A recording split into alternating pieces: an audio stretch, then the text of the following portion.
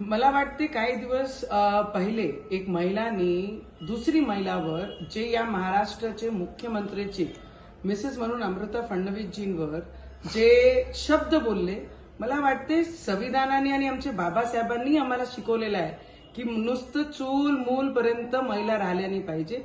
त्यांची जे टॅलेंट आहे ते बाहेर येऊन आपण केलं पाहिजे. तर अमृता फडणवीसजी ज्या पद्धतीने आपला टॅलेंट, आपली गायकी या पद्धतीने बाहेर येऊन करतात आहे, तर त्यांना पूर्ण फ्रीडम आहे आमच्या बाबासाहेबांनी दिलेला आहे. तर मला वाटतं एक महिलाकडनं दुसरी महिलांसाठी या पद्धतीने शब्द येणं हा ऍक्च्युली खूप निंदनीय आहे आणि याचा निषेध मी सुद्धा करते आणि या महाराष्ट्रामध्ये राहणारी प्रत्येक महिला सुद्धा या शब्दाला, कारण टीव्ही जर ते शब्द दाखवू शकत नाहीये तर ती महिलांनी दुसरी महिलाचा अपमान कशा केला आहे ते स्पष्ट दिसत आहे. तर मला वाटते या सगळी महिला या महाराष्ट्रामध्ये नाही, पूर्ण देशामध्ये जे बाबासाहेबांना मानतात, बाबासाहेबांच्या विचाराला मानतात, ते सगळे या शब्दाचा निषेध करण आणि या गोष्टीचं माझे अमरावतीचे सगळे महिला सुद्धा निषेध करतील.